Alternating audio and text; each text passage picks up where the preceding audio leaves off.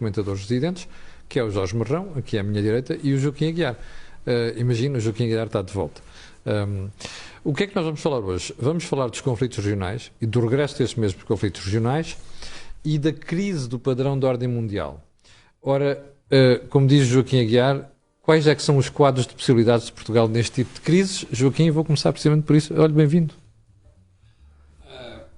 Esta é uma crise muito especial porque é uma crise de descontinuidade.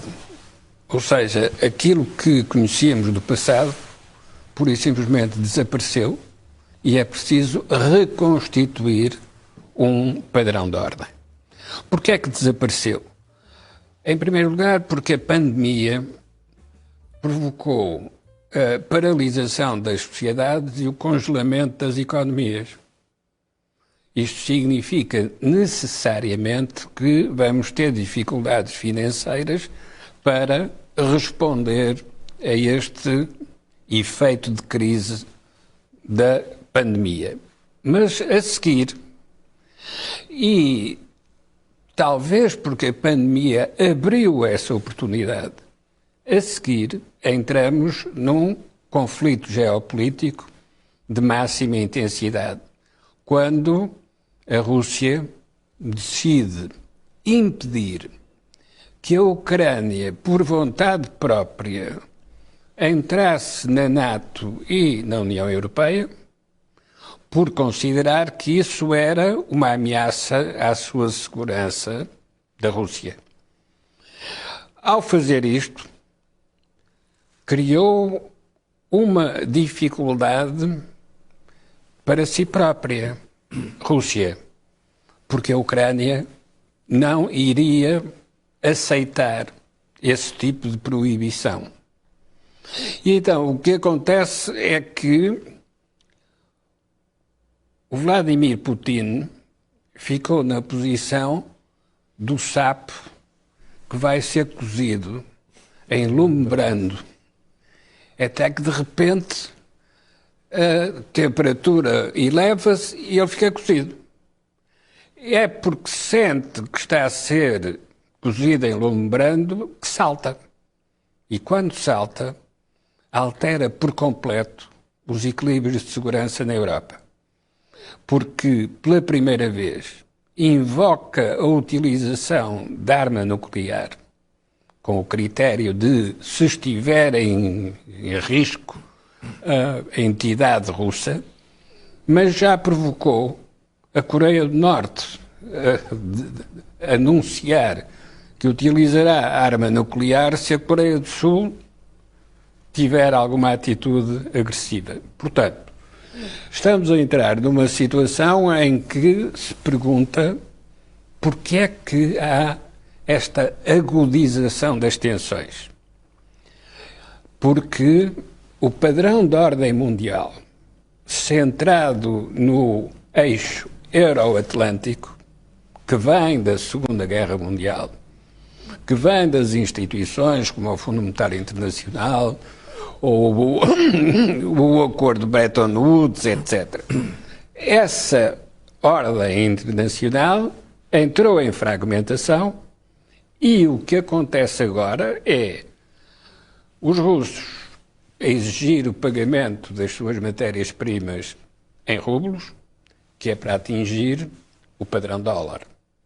Mas os chineses, mantendo-se na retaguarda, estão a utilizar esta pressão dos russos para ficarem com o espaço livre para capturarem a Europa e deixarem os Estados Unidos isolados. Joaquim, naquelas sessões antes do Joaquim ter feito a sua licença sabática, o Joaquim dizia muitas vezes que aquele modelo que era os Estados Unidos já não queriam defender a Europa, estavam muito preocupados com o que se passava no Pacífico e, portanto, queriam deslocar a sua atenção e as suas forças militares também para o Pacífico.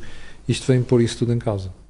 Os americanos são obrigados a dividir-se pelo Pacífico e pela Europa, porque já perceberam que existe mesmo uma ameaça na Europa. A ameaça é na Europa. Ou seja, a China está perfeitamente segura no Pacífico. O que a China pretende, usando a pressão dos russos, é passar a ser o centro de influência na Europa. Exato. O que significa que vamos entrar num período de turbulência, a inflação vai perturbar todos os equilíbrios, que já eram frágeis, mas todos os equilíbrios na economia mundial. E estamos em risco de precisar de reconstruir os sistemas de segurança regionais.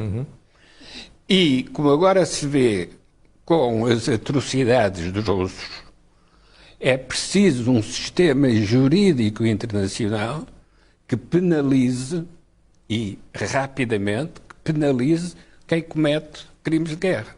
Porque sem isso, e como se vê, as Nações Unidas não conseguem fazer nada, sem esse tipo de instituições permanentes, dotadas de autoridade, não vai ser possível controlar estes movimentos das Forças Armadas. Eu já volto assim. Jorge, no final da Segunda Guerra Mundial, criou-se o Tribunal de Nuremberg. Não havia nada que tivesse previsto aquilo.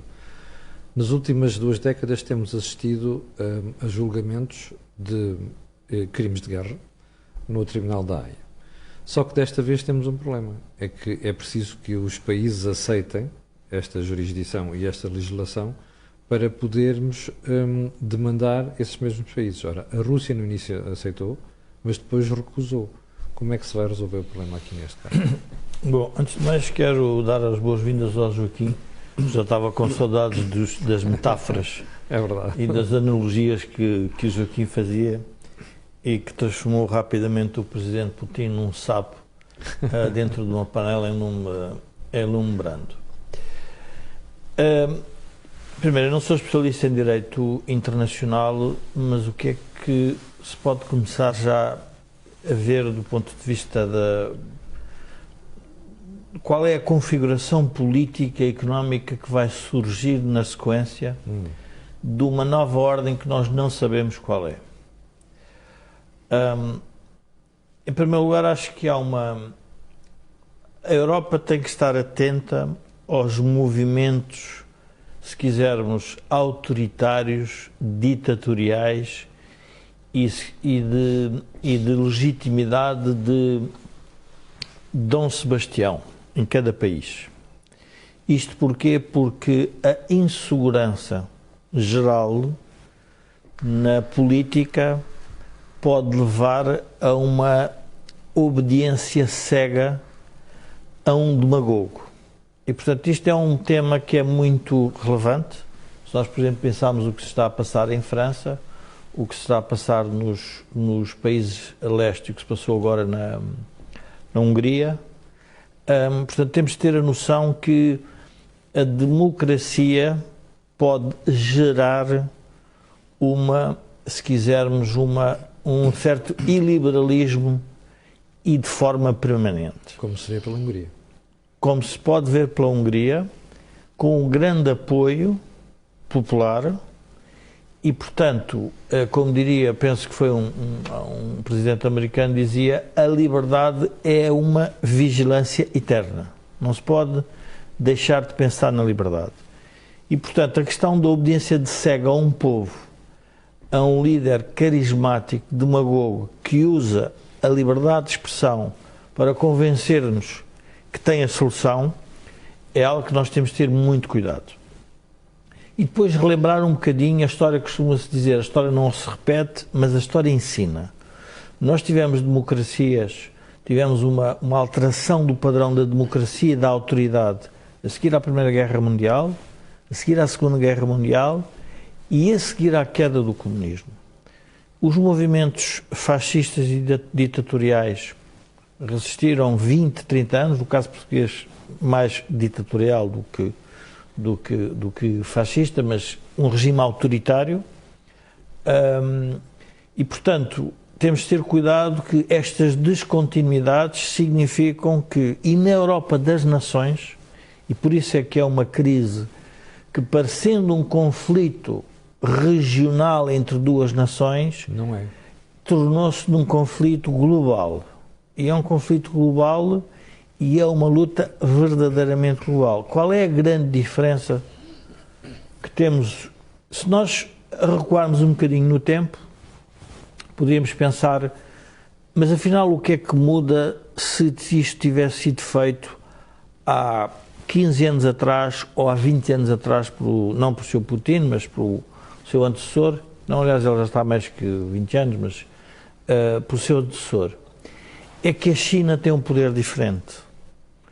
E esta chamada da China...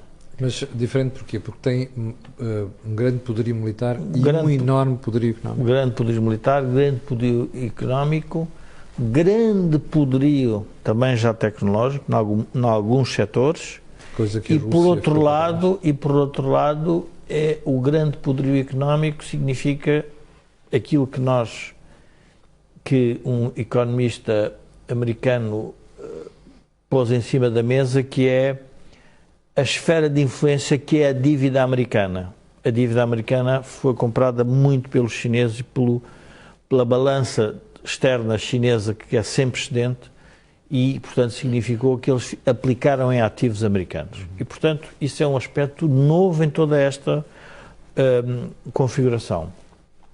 E, portanto, quando nós começamos a observar a chamada da China à discussão da resolução do conflito, significa que o poder político, se quisermos global, está-se a deslocar realmente para a China.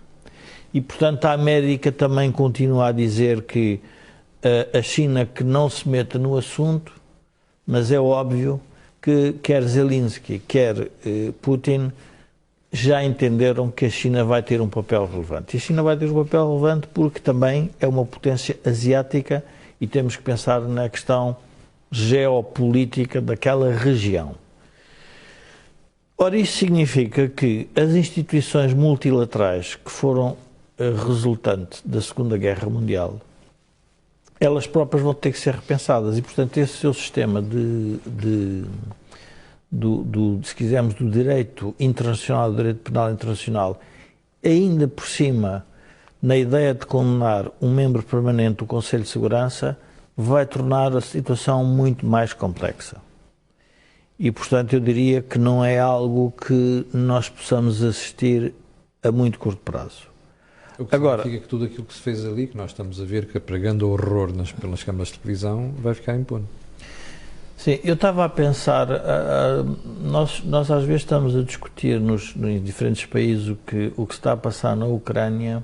Eu só queria relembrar às pessoas o que é que significaria para elas agora chegarem a casa e terem que fazer a mala, empacotar os seus bens numa mala de 20 quilos, pegar nos filhos às costas e terem que se deslocar pelo mundo e espalhar-se pelo mundo. Só a questão dos refugiados ucranianos tem que levar as nações da Europa todas a pensar, porque se aquele tipo de conflito se estende para outras zonas, portanto a Europa fica assoberbada com vários problemas. Fica com um problema militar, fica com um problema de refugiados, já tinha um problema económico, tinha a resolução do problema da pandemia e, portanto, a solução para os sistemas nacionais não é nada fácil. E, portanto, tu tens na segunda parte do programa, era falar um bocadinho qual é a implicação que isto tem para Portugal. Já lá vamos, mas temos que ter a noção que estamos a tratar numa zona de placas mais ou menos sísmicas, como se está a passar nos Açores. Não sabemos qual é o abalo com que isto vai, quais são as consequências dos diferentes abalos que podem vir a surgir. Antes de voltar a ti, deixa-me só regressar ali ao Joaquim. Joaquim, o Henry Kissinger, que toda a gente sabe quem é, eu escuso-me de o apresentar, tem uma tese com a qual eu tenho, em relação à qual eu tenho as maiores dúvidas, devo dizer, segundo a qual a Ucrânia não pode ser um país que alinhe pela NATO, tem que ser um país neutral. Isto é pôr em causa aquilo que é a independência que que um país deve ter de determinar o seu futuro. E já agora, é muito estranho que este tipo de argumentação, porque isto era uma das teses do Sr. Putin, porque a Rússia tem fronteira com a Turquia, que é um país poderosíssimo e faz parte da NATO, e tem fronteira com outros países lá em cima, que embora não sejam da NATO, são países que estão claramente na órbita ocidental. Ora bom, fazer da Ucrânia uma zona tampão que não agride a Europa Ocidental e protege a Rússia é um projeto compreensível e, portanto, pode ser definir, como se definiu com a Finlândia, definir uma área de neutralidade. A questão não é essa. Pode ser a solução, mas a questão da origem é outra. Diz-se que a primeira vítima numa guerra é a verdade. E, de facto, aquilo a que estamos a assistir é a manipulação mais extraordinária, mais de falta de vergonha, das autoridades russas ao pretenderem descrever aquilo que está a acontecer. E considerar que os corpos que estão na rua são encenações, na mesma imagem em que vemos os prédios completamente destruídos. Aquilo não é um cenário de papelão. E mais, Joaquim, o The New York Times hoje divulgou imagens de satélite de há várias semanas atrás, onde já se veem os corpos no chão. Aquilo é um massacre russo, ponto final. Ora bom, quando nós discutimos política, temos sempre de ter a precaução de saber que a política é uma matéria perigosa.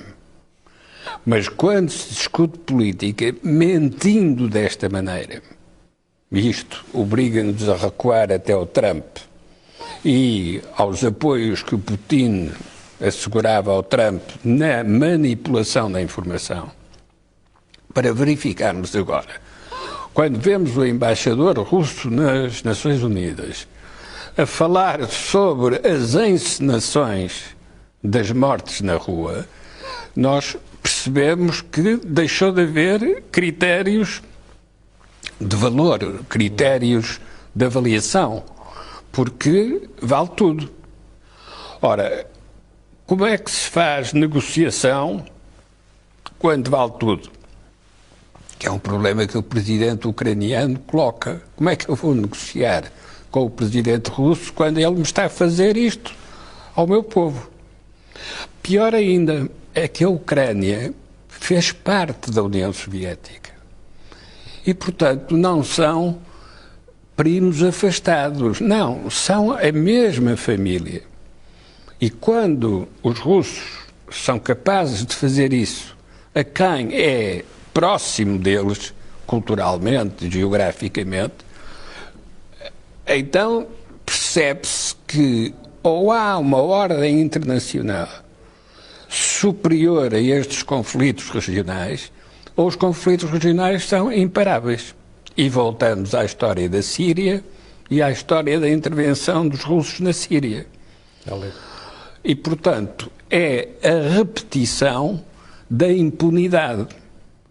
Ora, não é possível reconstituir as relações económicas, voltar a ritmos de crescimento sustentado, resolver a questão climática, se simultaneamente nas questões de segurança o que se passa é esta impunidade e falta de vergonha em termos da objetividade, em termos da verdade.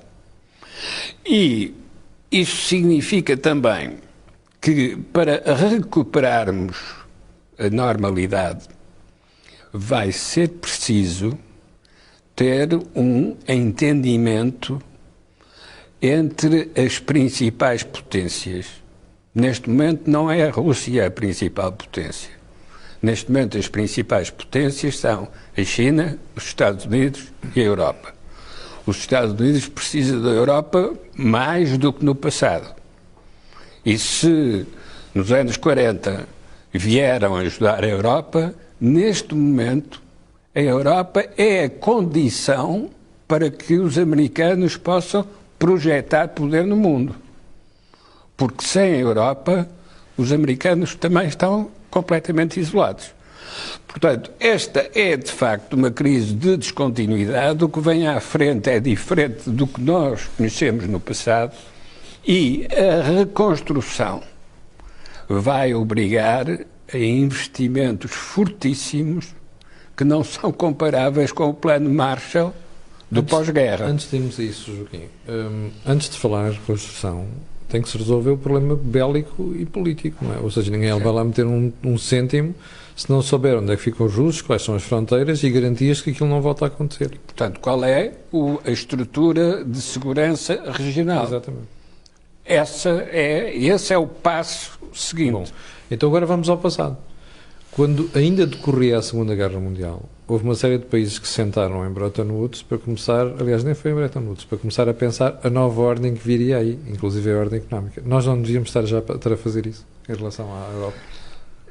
Não é só devemos estar a fazer isso.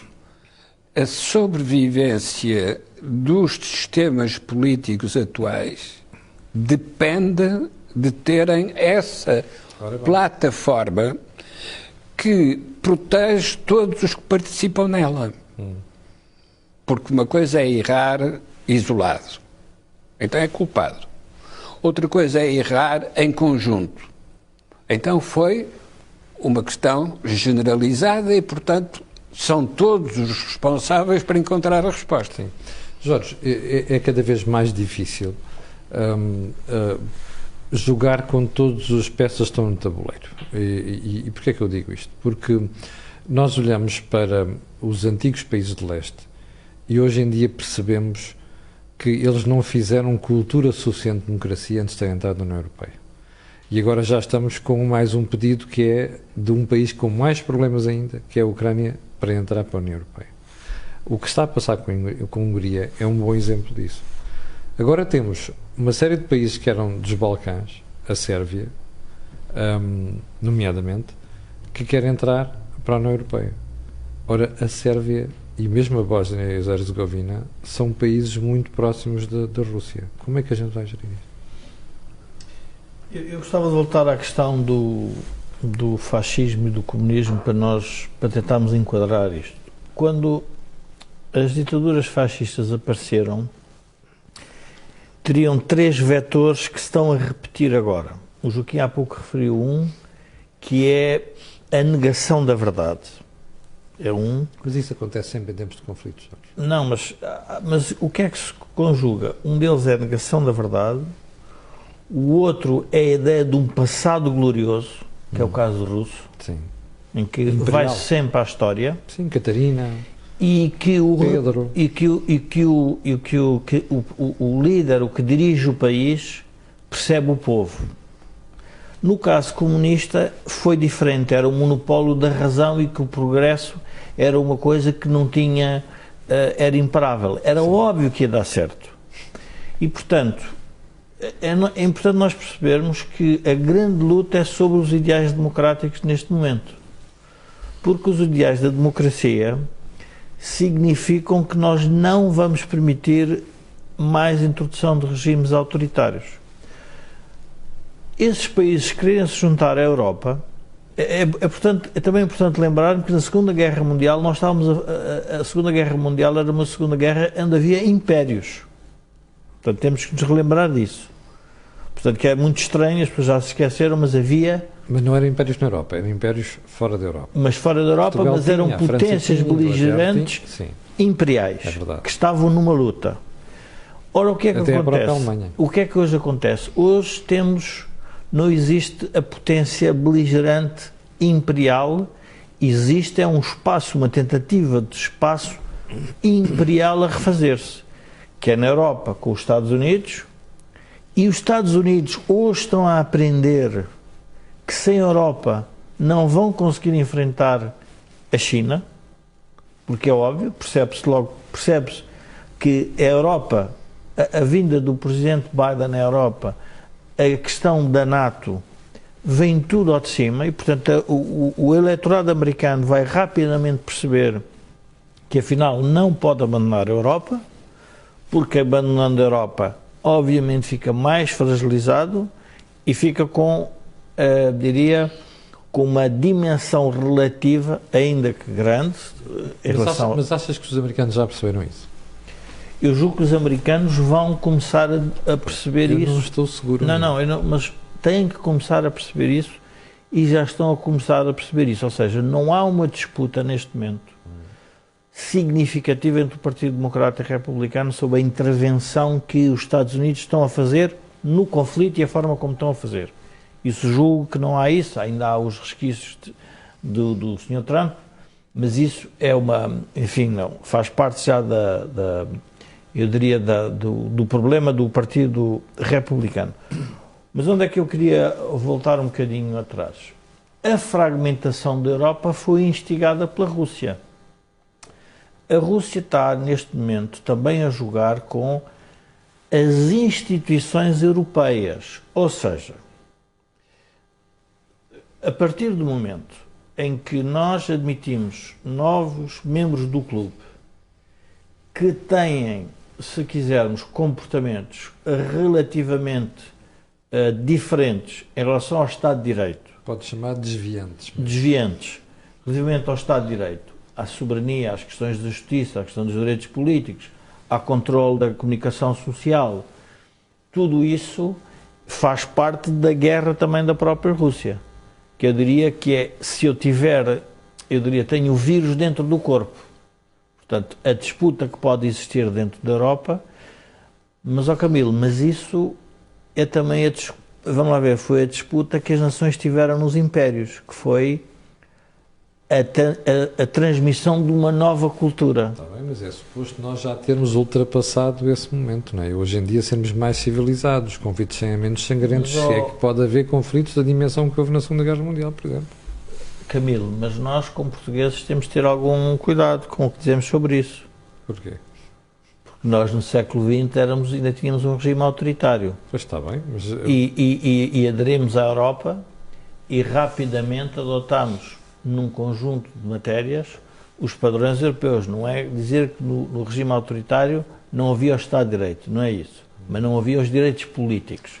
Não, e a Europa já estava muito avançada. Sim, mas eu não consigo comparar o regime da ditadura portuguesa com a ditadura soviética. Não compara de maneira nenhuma. Eu só queria... Portanto, para mim, quem nasceu da ditadura soviética tem muito menos noção do que são valores democráticos e instituições do que tinha quem passou pela ditadura portuguesa.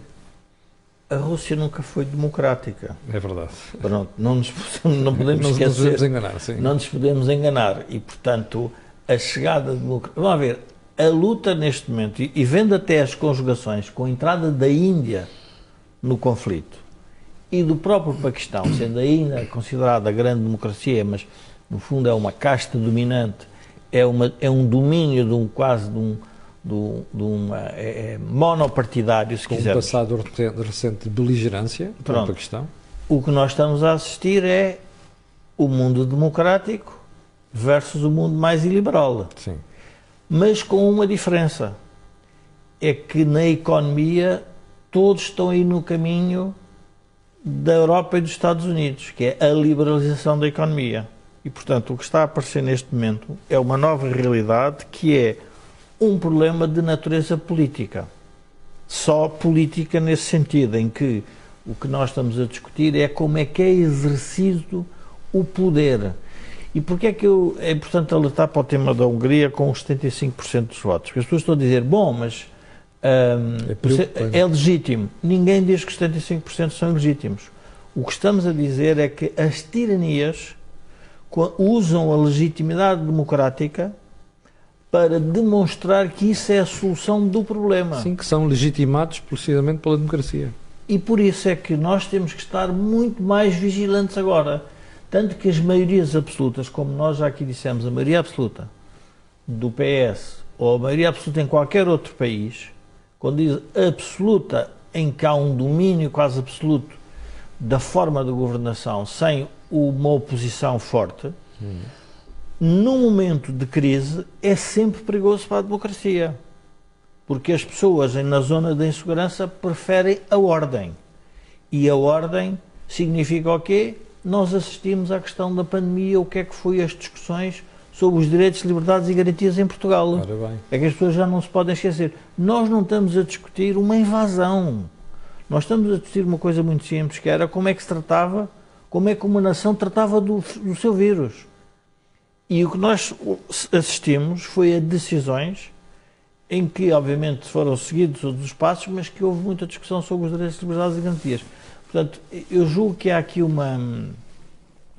nós estamos perante uma situação realmente, diria, inacreditável, que é como é que chegamos ao início deste século XXI, em que aquelas estruturas que pareciam estruturas que eram inabaláveis, e quando digo as estruturas, eram as estruturas de poder europeus, de defesa, de progresso económico, de liberdade de circulação, de trocas comerciais, tudo isto de repente é posto em causa e com um novo conceito político que nós já não sabíamos, que é o conceito político da autossuficiência. Deixa-me voltar ali ao Joaquim. Que é voltarmos a pensar que cada país por si, considerando que há desordem no mundo, cada um trata da sua casa.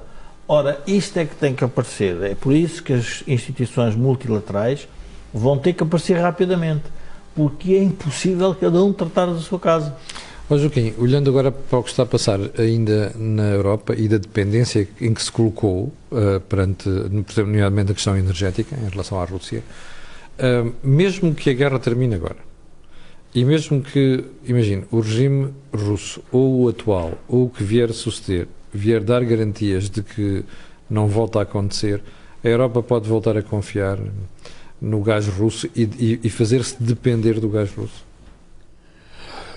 Tudo depende daquilo que são as necessidades da sociedade russa para recuperar da crise em que está a entrar. Porque se as necessidades russas implicarem terem de vender as suas matérias-primas, eles próprios oferecerão as garantias suficientes para que se possa retomar a relação comercial nesses produtos. Mas é preciso que as sanções tenham o seu efeito e que a crise económica na Rússia seja muito pronunciada. Já aconteceu assim com os países produtores de petróleo. Sim. Também fizeram uma pressão, conseguiram ganhos significativos, mas depois tiveram que recuar porque se os países ricos entrarem em crise, os países pobres nunca mais deixarão de ser pobres, porque não têm mercado para onde se possam desenvolver. Ora, nesse sentido, é a criação de redes de segurança regionais que permite reativar essas relações económicas. No entanto, convém sempre termos uma precaução quando se discutem estas questões políticas. A civilização e a democracia são como uma maquiagem. Quando chove, esborrata. E, portanto, temos sempre de ter a precaução de ter equilíbrios internos nos sistemas que permitam evitar que a chuva estrague a maquiagem. E, nesse sentido, quanto mais maiorias absolutas em situações de crise, maior vai ser a necessidade do pluralismo. Porque a maioria absoluta em situação de crise pode ser um carro muito potente, mas vai bater no muro.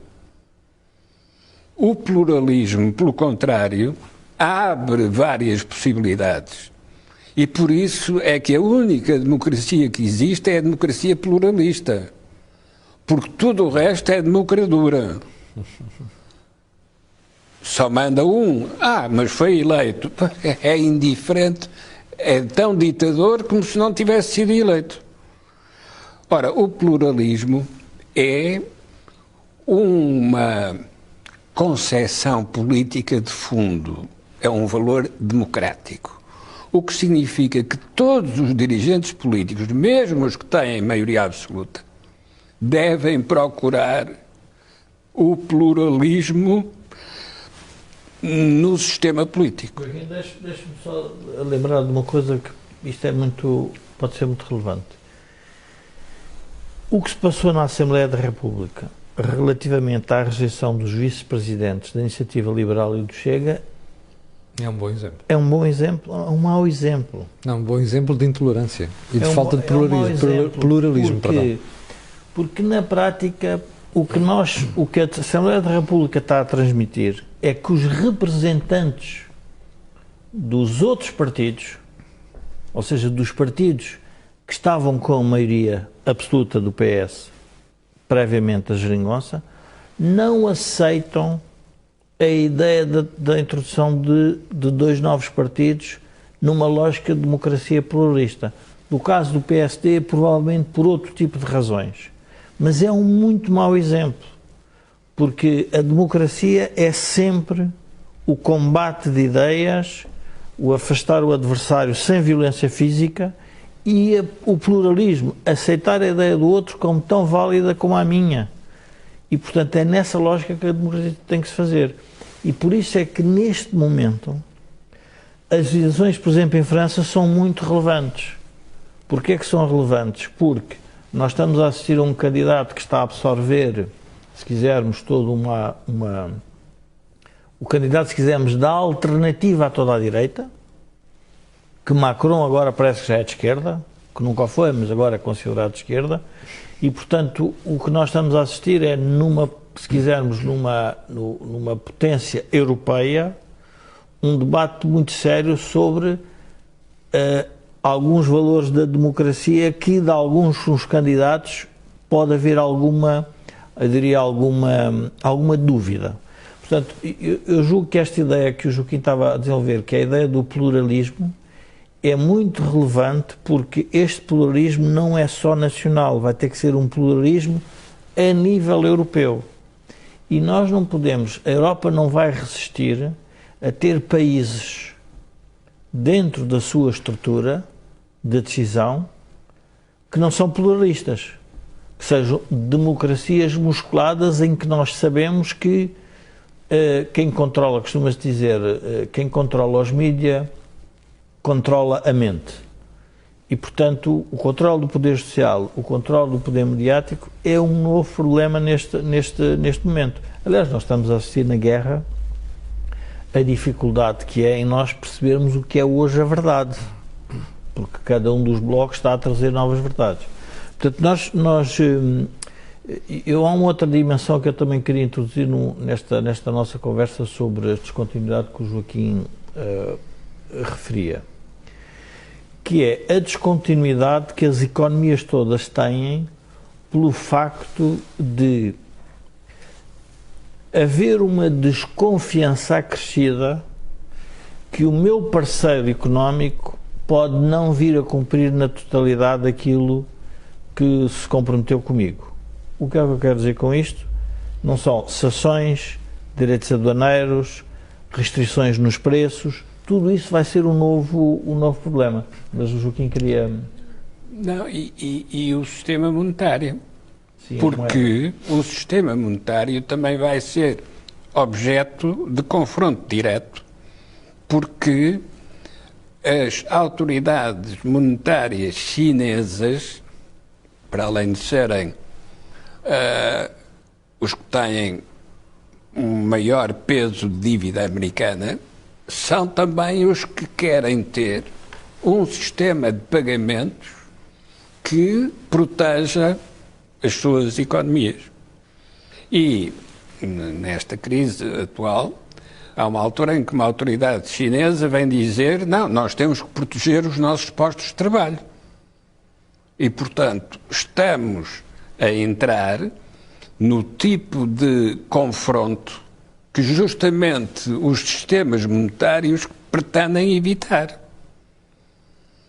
Porque se entramos em lutas cambiais, de facto, ainda será mais difícil recuperar as condições de crescimento económico.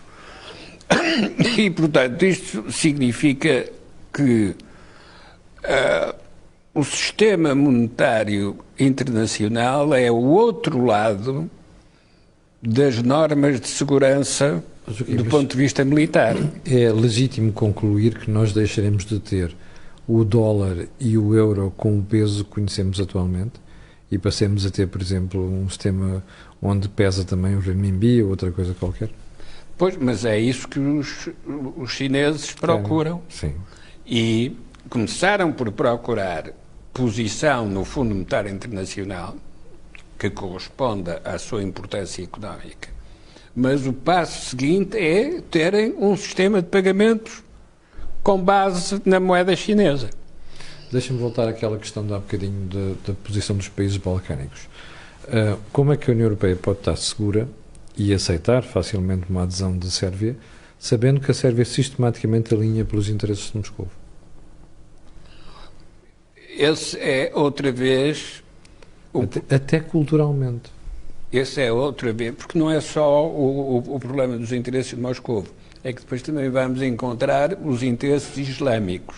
Sim, com a Bósnia-Herzegovina. Que também percorrem. Ora, bom, e tudo isso se traduz finalmente em movimentos de população. Exatamente. Os movimentos de população, por sua vez, alteram as situações políticas internas em cada país. E, portanto, se nós não tivermos padrões de segurança a nível superior, a nível nacional, estamos a ter uma agitação permanente. E nessas agitações permanentes, a principal vítima, para além da verdade, a principal vítima é o pluralismo. Porque as opiniões concentram-se, polarizam, e a partir de um determinado momento não interessa o que se diz, só interessa quem diz. Porque esse é o inimigo. E, portanto, tudo o que o inimigo diz é para recusar. A sociedade americana está próxima disto. Joaquim, e em termos de instituições, o que é que nós podemos esperar que venha a sair agora desta nova ordem para poder, pelo menos, garantir que nós não regressamos às fronteiras nacionais em matéria de economia, de trocas e, sobretudo, que possamos ter outra vez um enquadramento que permita uma expansão económica como aquela que tivemos a seguir à Segunda Guerra Mundial? O Sr. Putin salvou a NATO da morte cerebral. É verdade.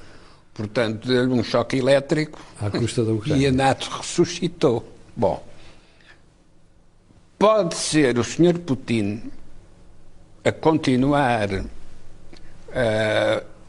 o que tem feito, que produza aquilo que é a resposta a essa questão. Que instituições é que podem interferir nesta situação? E aí aparece a União Europeia, não no sentido do que é hoje a União Europeia, mas no sentido do que era a ideia do Jean Monnet sobre a União Europeia, que era a entidade para garantir a paz na Europa.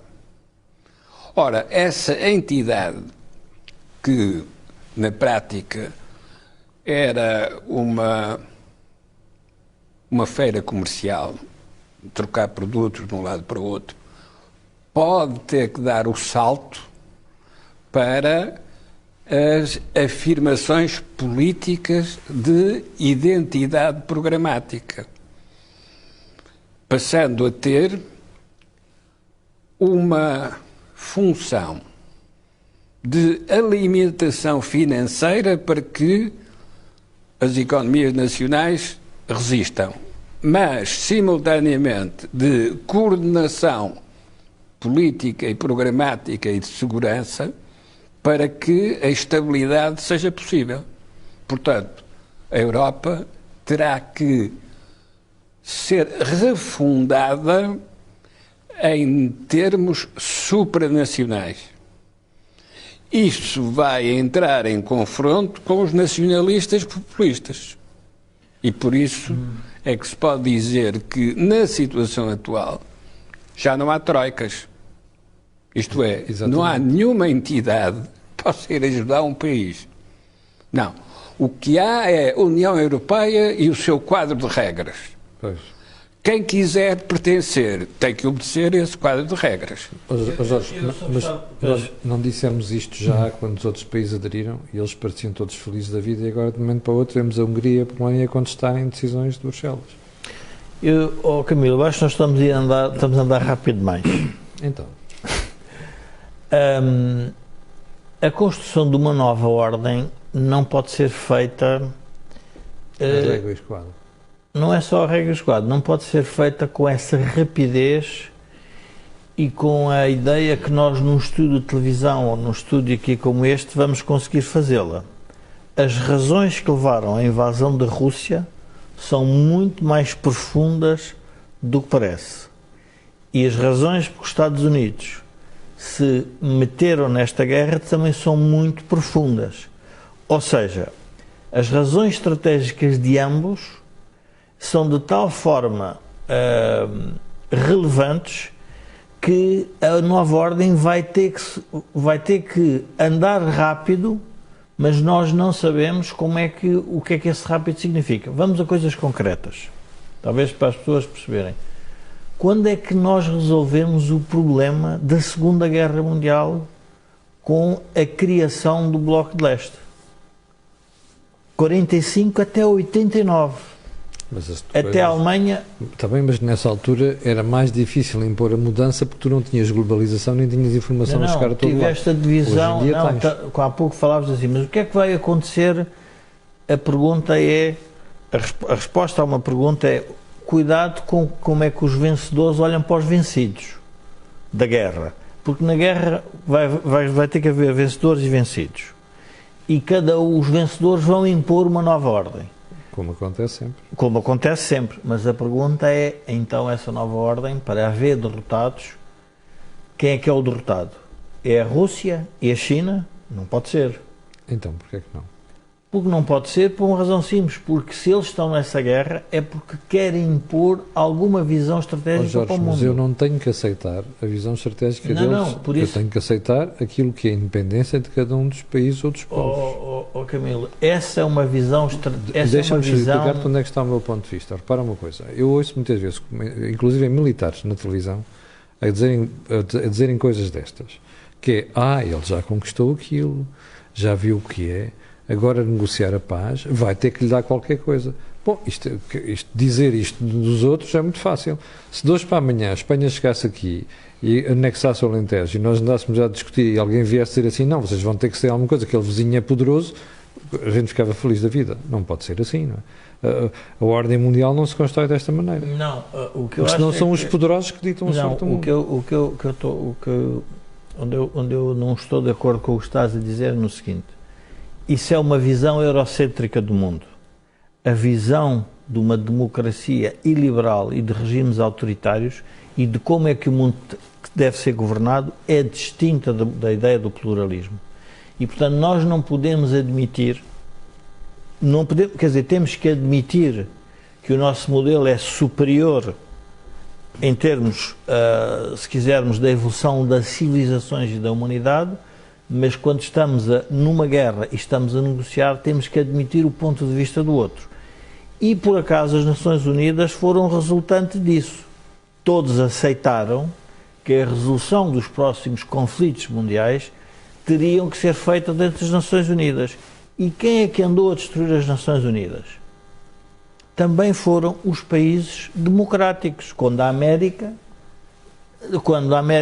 o Sr. Trump se dirigiu à América e disse "Make America Again" e não quis ajudar as Nações Unidas, e num conjunto de conflitos os próprios Estados Unidos tomaram a decisão sem consulta das Nações Unidas, os resultados nós temos lá à vista. Portanto, nós temos que ter uma leitura do mundo em que o outro também tem alguma ideia de como é que quer ver o mundo. Não sei se estará certo ou está errado. O que quero dizer é que não é assim tão Ou seja, nós parece-nos que a guerra deveria terminar já, que já há vamos lá ver, já há um derrotado, já há um criminoso. Nada disso vai passar assim. Porquê? Porque a guerra é muito mais profunda. Eu só gostaria de lembrar que a Europa, quando discutiu 1 milhão de sírios, era 1 milhão de sírios, Sim. nós estamos a discutir hoje quantos milhões de ucranianos? 5. 5 milhões. Não sei se nós reparamos num curto espaço de tempo. Mas há uma diferença. Aquilo que na Europa foi um problema para a senhora Merkel, que deu origem ao Brexit, Perdeu as eleições. que perdeu as eleições, que deu origem ao Brexit, nós estamos a falar no movimento de refugiados de 5 milhões. Mas agora é diferente. Está bem, por isso, mas é A diferente. cultura é mais próxima da nossa, a religião é mais próxima da nossa, os valores também. Camilo, tudo isso é verdade, mas a questão da integração destes refugiados é um novo problema para a Europa. Mas fica mais facilitada, é mais fácil integrar. Pode ser mais do que facilitada, sírios. mas o que queremos dizer é o mundo organizou-se, foi-se construindo à volta de conflitos étnicos e conflitos religiosos. É verdade. Sempre. O que nós esperamos é que no século XXI Conflitos, haja cada vez menos conflitos claro, desses. e conflitos sobre o abastecimento de matérias-primas essenciais. Nós pensarmos Sem nisso, dúvida. mas agora na Europa temos uma nova realidade, Camilo, que eu acho que isso é importante para as pessoas perceberem. A volatilidade económica assentou variações significativas de taxas de juros ou variações significativas na inflação ou alterações do padrão de crescimento para baixo em todos os países, vai dar uma tensão social em todos os países na Europa. Não é por acaso que o primeiro-ministro português e o primeiro-ministro espanhol queiram fixar o preço de uma matéria-prima. Ora, isso é evidente que é uma economia de guerra. Ó Jorge, É uma ideia a que tentação de fixar esses preços não acontece apenas durante as guerras. Se tu falares com aqueles Não, senhores que são não, socialistas, certeza. na sua essência, o senhor Pedro Sánchez e António Costa, muito gostariam eles de fixar preços e outras coisas, mesmo em momentos de paz. Porque isto dá jeito, é uma questão de voto e é uma questão de populismo. não é só uma questão de voto, é uma questão em que sabem que a tensão social vai crescer porque foi vendido o paraíso na Terra durante as eleições Mas isso e é que agora está mal. descobre-se que o paraíso não existe na Terra. Pois claro.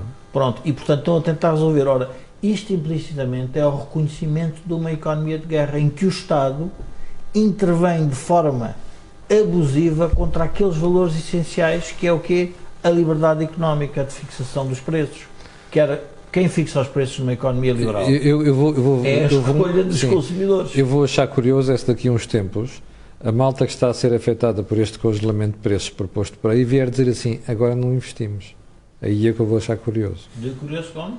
Quando aquela malta que está a ser prejudicada agora porque se vai fixar um teto de 30 euros, por exemplo, imagina, de megawatt-hora no gás, se este pessoal vier dizer assim, olha, eu já não invisto mais. Eu não estava aí nesse caminho, estava só a tentar alertar as pessoas, chamar a atenção que quando os primeiros ministros querem fazer intervenções em setores, em mercadorias em concreto, estão a reconhecer implicitamente que há uma distorção significativa e que isso é uma economia, se quisermos, de uma pré-guerra. Ou seja, perdemos... Jorge, eu continuo a discordar de ti por uma razão muito simples. É que se tu fores ver, nos últimos 6 anos, tu tiveste eminentes figuras da área socialista a dizer que se devia fixar o preço dos combustíveis. Camilo, mas mesmo durante os momentos de paz. vamos lá ver, isso é a falta de entendimento que os socialistas têm sobre a gestão da economia. O que eu estou a falar agora é uma coisa diferente. Perante o cenário de guerra, em que há uma restrição energética séria para todos os países, há países que ainda vão dizer, eu prefiro que os consumidores paguem a fatura e que diminua o consumo. Há países que preferem ainda numa lógica de assistencialista. A primeira é mais correta. Até porque estás a passar as mensagens erradas para a população. Joaquim, antes de fecharmos, porque já estamos com pouco tempo, eu vou deixar a questão dos como é que Portugal se vai integrar nestes padrões para a próxima semana. Mas gostava de ouvir a sua opinião em relação a esta matéria. Faz sentido nós, neste momento, estarmos a querer fixar preços de energia de forma arbitrária? Não, Camilo, não faz sentido, mas é uma escapatória política. Isto é, não tem solução, mas eu apresento uma falsa solução e é melhor do que estar calado. Bom, é como nas corridas de automóveis de Fórmula 1, é escapatória e, portanto, no caso da aflição, utiliza-se a escapatória. Sim. Não resolve o problema. E porquê é que não resolve o problema? Porque só há realmente democracia onde houver liberdade de circulação de pessoas e de produtos. Porque se há resistências, quer à circulação de pessoas, quer à liberdade de comércio, se há resistências, então vão-se criar grupos de interesses que beneficiam com a fixação de preços ou que beneficiam com a liberalização dos preços. Tanto faz uma coisa como outra. A questão de fundo é como é que se gere um período de crise que não repete o que vem do passado, mas que cria problemas novos para os quais nós temos que encontrar respostas novas. Sim. Não venham com as respostas antigas, porque essas respostas antigas eram num período que já não existe. Precisamos de respostas novas. Foi assim nos anos 20, com os americanos e o Tennessee Valley Authority, a recuperação da Grande Depressão. Foi preciso inventar dispositivos novos. E é isso que nós vamos ter que fazer. Onde? Em Portugal, em Espanha, em Itália? Não, na União Europeia. É a União Europeia. Nas vacinas, comprou as vacinas, na energia, vai comprar a energia e depois distribui. Quem paga? O futuro, os europeus que cá estiverem. Porque cada um dos países não consegue emitir dívida para sustentar as suas necessidades. O conjunto da União Europeia pode ter essa capacidade financeira. Quem paga, mais uma vez, são os chineses que têm a possibilidade de entrar na Europa por essa via, pela via da dívida europeia. Coisa que eles já fazem hoje pelo mundo fora, porque fazem projetos e os países contraem dívida e ficam dependentes deles. Sim, tem a balança de pagamentos sedentária, o que lhes permite... É o método chinês da paciência. Muito bem. Chegamos ao final do programa de hoje. Como já percebeu, tivemos o regresso do Joaquim Aguiar e já havia muita gente com saudades do Joaquim e das análises que ele faz. Na próxima semana, além dos temas da semana, vamos pegar neste ponto que ficou, que é como é que Portugal pode beneficiar, ou como é que se pode integrar nestes novos padrões que entraram em ruptura, como ouviu aqui pelas explicações do Joaquim Aguiar e do Jorge Marrão. E também iremos analisar questões referentes à semana que terminar na terça-feira, que é o dia do programa. Para o final fica o pedido de sempre, que é o pedido para colocar um gosto e fazer partilha nas redes sociais, e também sabe porquê. Aquilo que houve aqui não houve em mais lado nenhum. Quanto a mim e você, já sabe que amanhã às 8 da manhã estarei em direto na Cor do Dinheiro. Muito obrigado e até a terça-feira da próxima semana.